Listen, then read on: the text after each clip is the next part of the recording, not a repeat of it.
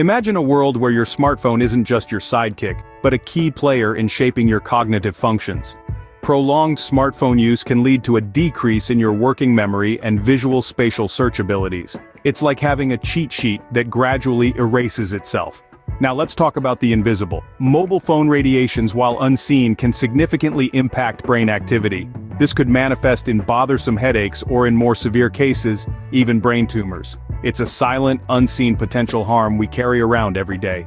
And then there's the social and productivity aspect. Are we really more connected, or are we just more disconnected in our personal relationships?